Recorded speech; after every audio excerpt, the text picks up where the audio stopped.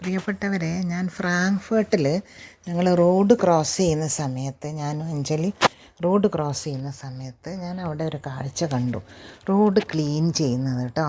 അപ്പോൾ ഉയർന്ന കാര്യക്ഷമതയുള്ള mechanical vacuum സ്വീപ്പറുകൾ, ഉയർന്ന മർദ്ദത്തിലുള്ള വാഷിംഗ് ട്രക്കുകൾ ഇതൊക്കെ ഉപയോഗിച്ചിട്ടാണ് ജർമ്മനി ഇത്രയും കുറ്റമറ്റ രീതിയിൽ വൃത്തിയുള്ള റോഡുകൾ നിലനിർത്തുന്നത് കേട്ടോ. ഈ ഹെവി ഡ്യൂട്ടി വാഹനങ്ങൾ വളരെ സംഘടിതവും ഷെഡ്യൂൾ ചെയ്തതുമായ റൂട്ടുകളിലാണ് പ്രവർത്തിക്കുന്നത്. അപ്പോൾ വായുമലിനീകരണം ഉണ്ടാക്കാതെ സമഗ്രമായ അവശിഷ്ടങ്ങൾ നീക്കം ചെയ്യുന്നതിന് വാട്ടർ സ്പ്രേ ഉപയോഗിച്ച് ആദ്യം പൊടിയൊക്കെ കേബ് ടു കേബ് ക്രമാനുഗതമായി ആദ്യം വൃത്തിയാക്കുകയാണ് ചെയ്യുന്നത് കേട്ടോ.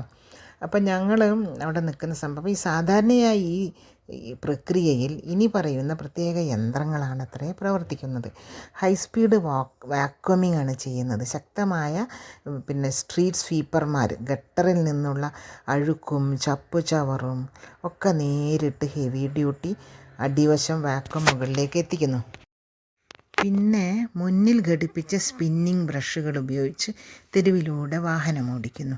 അപ്പോൾ മികച്ച തെരുവുതല ശുചിത്വം കൈവരിക്കുന്നതിന് ജർമ്മനിയിലെ സ്ട്രീറ്റ് ക്ലീനർമാർ വാക്വം ചെയ്യുന്നതിന് മുൻപ് ഗ്ലാസ് കുപ്പികളൊക്കെ തകർക്കുക ചെയ്യുന്നത്. ഭാരം കുറഞ്ഞ കുപ്പികളൊക്കെ യന്ത്രങ്ങളിലേക്ക് കടന്ന് ഉരുണ്ടിട്ട് ചെറിയ തകർന്ന ശകലങ്ങൾ പിന്നീട് മെഷീൻ്റെ സക്ഷൻ സിസ്റ്റത്തിലേക്ക് അനായാസമായിട്ട് വലിച്ചെടുക്കുകയാണ് അത്രേ ചെയ്യുന്നത്.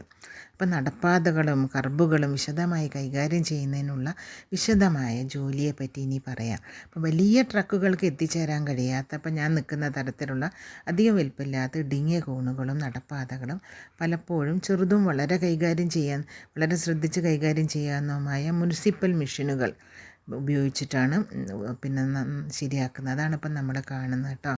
പിന്നെ ശൈത്യകാലത്ത് റോഡുകളിലെ മഞ്ഞും ഐസൊക്കെ നീക്കം ചെയ്യുന്നതിന് ജർമ്മനി എങ്ങനെ കൈകാര്യം ചെയ്യുന്നത്, അതൊക്കെ വളരെ വിദഗ്ധമായി അവർക്ക് പ്രത്യേക സിസ്റ്റമുണ്ട്.